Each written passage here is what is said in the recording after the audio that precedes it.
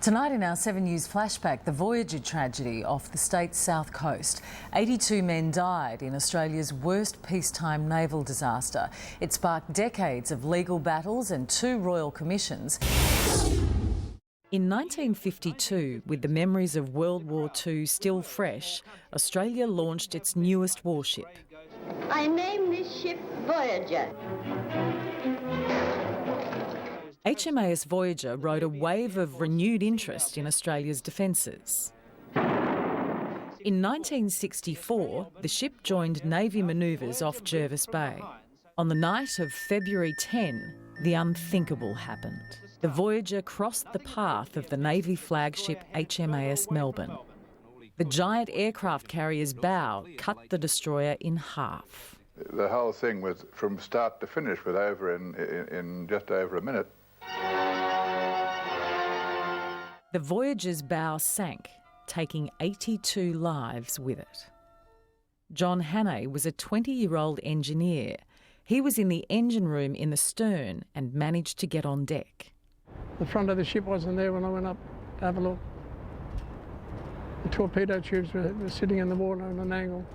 The stern stayed afloat for several hours before it sank. Everything had gone, all our mates had gone.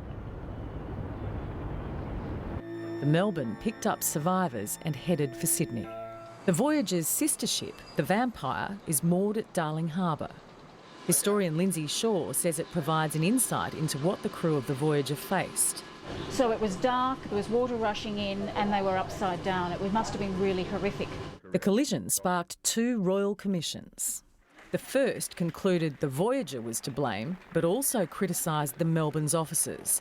A second inquiry cleared the Melbourne's crew. Took too long in getting answers. In 1969, the Melbourne was involved in an almost identical collision in the South China Sea. 74 American sailors died when the carrier cut the destroyer Frank E. Evans in half during a joint exercise. The flagship was eventually decommissioned and in 1985 was sold for scrap. Survivors of the 1964 collision battled for decades for compensation. The final cases were settled in 2009. All we wanted was recognition of what had happened. 50 years onwards, you would think that everything had been laid to rest by now. John Hannay and other survivors aren't thinking of the courtroom this weekend. They're gathering for a reunion at Jervis Bay, a chance to reflect, swap stories with old mates and get up to some mischief. The thing that unnerved me most of all was when the ship turned up on its end and started to slide under. The cries of those that were trapped inside. It was a most horrific experience. If you've ever seen a movie called The Cruel Sea, men are trapped below and their screams come up through the voice pipe to the bridge. The captain has to, for his own sanity, close the cover on the voice pipe to try and shut out those screams of the trapped men. It's not something that's easy to describe. You feel a great sense of loss. You've lost not only your best mate, but you've lost your home. And it was our home. We lived on that ship, you know. So you'd lost your home, you lost your mate, you lost all your clobber, and it was like being turned out into the snow with nothing, and with no friends to guide you or help you. And it's a fairly empty sort of a feeling. The survivors have endured far more than tragedy at sea. The stress of an unprecedented 2 royal commissions and endless legal argument has also taken its toll. Some are old men now, some prematurely old. Still, they fight for justice and compensation. The ordeal seems never-ending, the trauma always just below the surface. Christ. Over the main broadcast came collision stations. I jumped from my bunk down onto the deck. I tried to go up the ladder. I got halfway up the ladder when the actual collision occurred, and I was thrown back down onto the deck. One almighty bloody crash.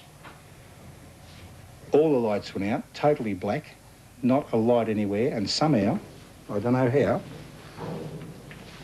but I've got down there. And I haven't got a bloody clue how I got from here to there in an upside-down ship in pitch black with bodies everywhere as well. It's got me knackered. The ship went over to the side. This catwalk here come down, obviously hit me and pushed me against the guardrail and pinned me there. And the ship went over, we went underwater, and sort of come back. When we come back, it seemed like an eternity we were down there. When we came back, they cut me out. The guys come along, cut me out with a hacksaw. I went cartwheeling across the wardroom over there into that side of the, the bulkhead on that side of the ship. And I wasn't really sure what was happening, because the next thing I recall was I was surfing out through the ship's side on a wave, and I was outside the ship. I fell out onto the floor here, and by the time I got up, we had turned over, and that escape hatch was open up, and that's where I escaped through with 22 others. And the young fellow we left behind is behind those lockers there. I could hear a lot of yelling from guys trying to open the emergency escape hatch, and it just wouldn't open, and that was continuing for quite a long time, everyone yelling out, can you get it open, get it open. Finally, the escape hatch opened, and the guys were going out, but my leg was still stuck. And it was then that you could hear the enormous roar of the water coming up through the canteen. And it was just literally tearing all the aluminium structures, the tables and the chairs, going everywhere. The noise that was the most vivid impression that I had, was the noise. Finally, anyway, my foot came free. I worked my way across to the escape hatch, and there was everyone that I know had got out, but there was still one young bloke at the escape hatch. And I asked him why he was still there, and he said, I can't swim. And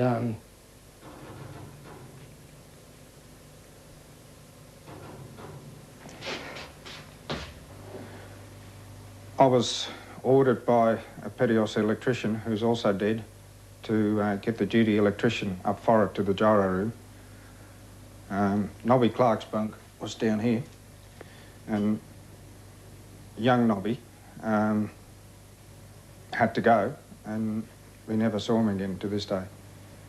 And I certainly feel that if I hadn't given him that order, he would have been alive today. The dream is sending Nobby up there and, killing him. That's my dream.